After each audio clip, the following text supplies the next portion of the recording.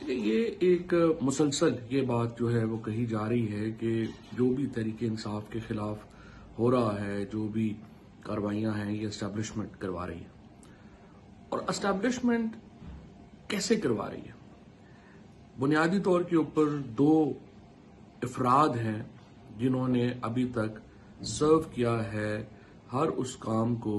جو تحریک انصاف کو نقصان پہنچا سکتا ہے۔ ایک چیف جسٹس فائز عیسیٰ صاحب ہیں اور دوسرا چیف الیکشن کمشنر راجہ سکندر سلطان۔ یہ وہ دو لوگ ہیں جنہوں نے جو تمام سکیمز ہیں تحریک انصاف کے خلاف ان کو مانیٹر کیا ہے، اس آپریشن جو تھا، جو ظلم اور بربریت ہے، اس کو فیسیلیٹیٹ کیا ہے اور اس کو ایگزیکیوٹ کرنے والوں کو ایک چھتری فراہم کی ہے۔ جو سب سے بڑا مسئلہ ہے وہ یہ ہے کہ جو تحریک انصاف 8 فروری کے بعد بھی کوئی حکمت عملی نہیں بنا سکی جس کے ذریعے ان دو افراد کی جو ایکسیسز ہیں ان کو روکا جائے اور انہیں قانون کے دائرے میں لایا جائے۔ اب جو ہو رہا ہے اس کے نتیجے میں پاکستان کے اندر ایک عملاً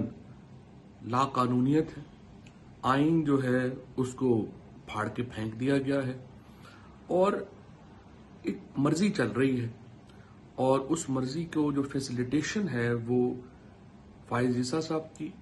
اور سکندر سلطان راجہ اور الیکشن کمیشن کے جو 2-3 لوگ ہیں ان کی وہ حاصل ہے۔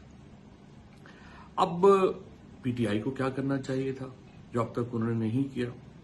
جب لیاقت چٹھا نے آ کر کے ایک جو سارا دھاندلی کا معاملہ تھا اس کو اس نے پھوڑ دیا، بیچ چوراہے پھوڑ دیا،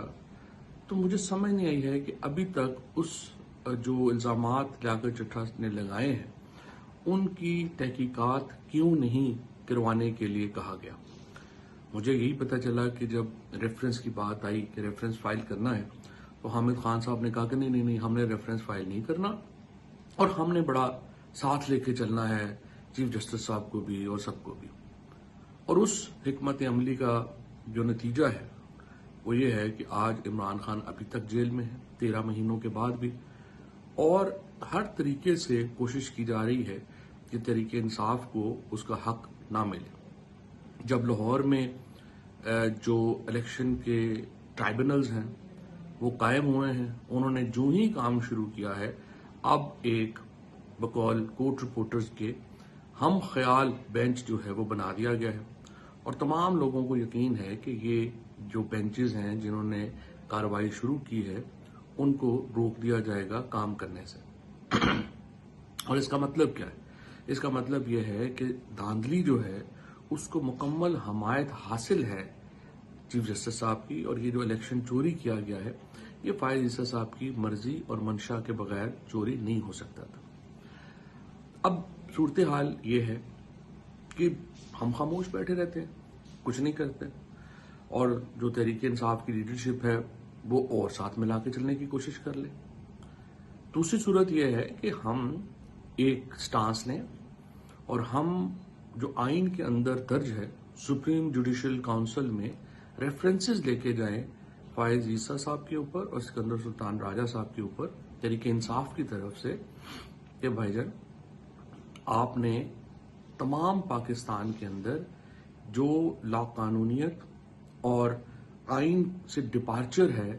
اس میں ایک ہراول دستے کا کردار ادا کیا۔ آپ پارٹ اینڈ پارسل نہیں، آپ مین ایگزیکیوشنر ہیں پاکستان کے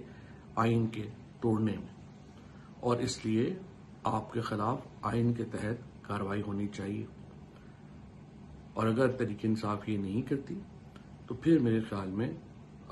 ہمیں خود یہ انیشیٹو لینا ہوگا اور یہ ریفرنس جو ہے یہ فائل کرنا ہوگا۔ لیکن اس سے پہلے کہ ہم خود بڑھے، میں ایک بار پھر تحریک انصاف کی جو